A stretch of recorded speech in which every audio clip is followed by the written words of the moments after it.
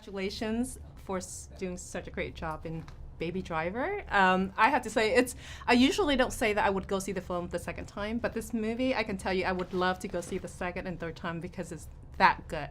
Oh, thank you. And you mentioned at the press screening last night that you had this idea for 23 years, but on screen for 113 minutes. Yes. Why can't you do 2 hours? I mean, I'm sorry, 3 hours.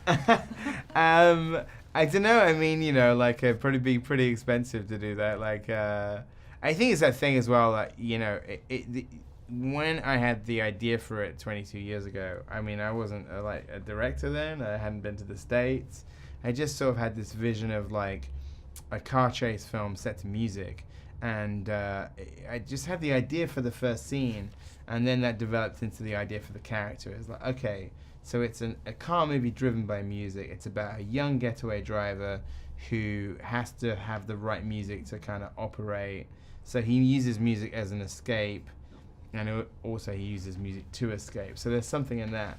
So then when I started writing it, it was like sort of both inspired by the idea of doing a crime movie, but also really inspired by the music that he's playing. Mm-hmm. I wanted to do like a action film where you're seeing it through the lead character's eyes, mm-hmm. but you're also hearing it through his ears. 22 years ago, you mentioned. Did you have someone in mind playing that role 22 years ago versus now, like at that time when you had that idea? Well, Ansel Elgort wasn't born yet. Right. So I mean, at that time, maybe like he was just being conceived. Right. Like maybe at the point I was conceiving of the script, maybe he was being conceived. I don't know for sure. But no, I mean, back then, no, I didn't. Not at all. Because I think the thing is as well, like, I mean, it's actually, I think Ansel is a rarity because there is sort of like quite a dearth of young, like, male leads at the moment. And so when I decided that this movie was going to be next, when I was maybe about 3 years ago, Ansel, you know, was just kind of like sort of making his mark in Hollywood. So we met around then, and he read the script and said, I would kill to do this, you know. And I understand that John Hamm was in your mind at the beginning when you were writing the screenplay. Was that true? Yeah, when I've known John since like 2008. So when I started writing, like... Before Mad Men? No, he'd already been on Mad Men by then. But it was maybe just the second or third season.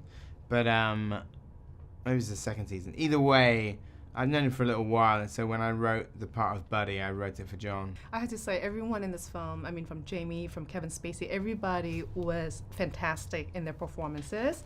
Can you please just talk a little bit about some of the car chase scenes in Atlanta? I mean, how challenging was it for you to shoot those scenes?